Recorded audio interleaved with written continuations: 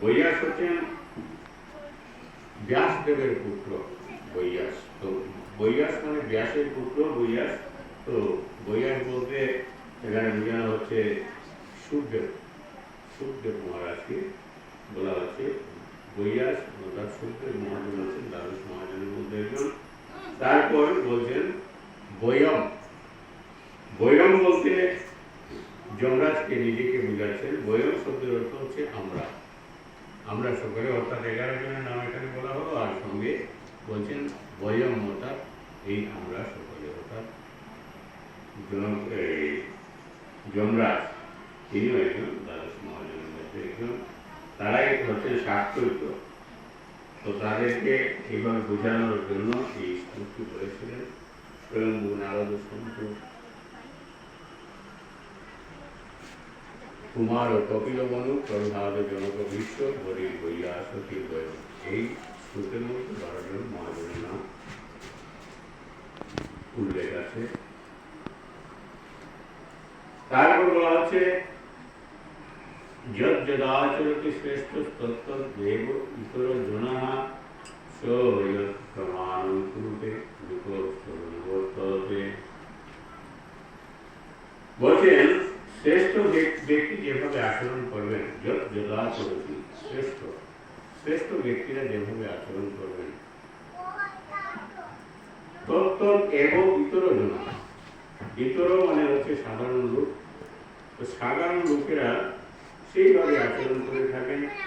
সযৎ প্রমাণং কুরুতে বিপস্তবর্ততে। তিনি যা প্রমাণ করে স্বীকার করেন সমগ্র পৃথিবী তার অনুসরণ করেন। অর্থাৎ শ্রেষ্ঠ ব্যক্তি, সমাজে যারা শ্রেষ্ঠ ব্যক্তি, গণ্যমান্য ব্যক্তি যারা থাকেন, যারা সাধু সন্ত যারা, তারাই যেভাবে আচরণ করে যায় সেইটি সাধারণ লোকেরা অনুসরণ করে থাকে। তাই বলা হচ্ছে যত আচরণে শ্রেষ্ঠ তত্ত্ব এবং ইতর জনা, অর্থাৎ শ্রেষ্ঠ লোকেরা যেভাবে যে আচরণ করে থাকে সেটা অনুসরণ করে থাকে সাধারণ লোকেরা। সযৎ প্রমাণং কুরুতে বিপস্তবর্ততে। তিনি যা প্রমাণ করে স্বীকার করেন সমগ্র পৃথিবী তারই অনুসরণ করে থাকে। আমরা সকলে জানি যে সমাজের বিশিষ্ট ব্যক্তি যারা, তারাই তাদের পরামর্শ নিয়ে আমরা চলি। বিশিষ্ট বা ধার্মিক বা সাধু ব্যক্তি যারা আছে, জ্ঞানী ব্যক্তি, তাদের অনুসরণ করে আমরা চলি। তাই বলা হচ্ছে যে বিশিষ্ট ব্যক্তি যেভাবে আচরণ করবে সাধারণ লোক সেইভাবে আচরণ করে। তাই বলা হচ্ছে পরের শ্লোকে বলছে যে নবৈ পাশাস্তি তত্ত্বকম কৃষ্ণকেষু কিঞ্চন নানবাপ্তম অবাপ্তত্বম বত্ম এব সুতরাং। সেই হিসেবে ভগবান বলছেন যে হে পার্থ, নবে পার্থ অস্থি কর্তব্যম ত্রিলোকেষু কিঞ্চন। ত্রিলোকে আমার কর্তব্য কর্ম বলে কিছু নেই। অর্থাৎ আমি যে কর্ম করবো সেই রকম কিছু নেই এই ত্রিলোকে। ত্রিলোকেষু কিঞ্চন, অর্থাৎ ত্রিলোকে কিঞ্চিত মাত্র আমার কর্তব্য কর্ম করার কিছু নেই। নানবাপ্তম অবাপ্তব্যম বত্ম এব সুতরাং।